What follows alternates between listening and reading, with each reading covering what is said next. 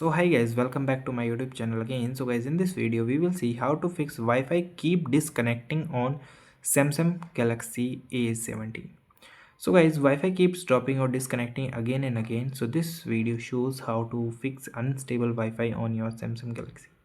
First thing is guys, you forget and reconnect your network. For this, simply go here, long press on your Wi-Fi, go to detail and select the Wi-Fi and long press on it and forget your network. First thing. Second thing is guys, you turn off Wi-Fi power saving.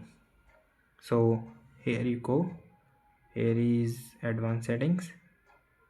So guys, here you see there is a option Wi-Fi network power saving. It not show, but you get, so you simply turn it off. Okay. Third thing is guys, you reset your network. For resetting the network, more connection, first you go back, then guys you go to the option of general management, then reset, and here you reset your network settings and reset all the settings.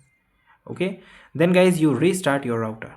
So maybe there is a problem with your router, not to your mobile phone, so you simply restart your router and reconnect it. So these are the basic things that you can done to resolve this issue. And guys, thank you and have a nice day, and guys subscribe our YouTube channel for the further informations. I hope this video is very helpful for you.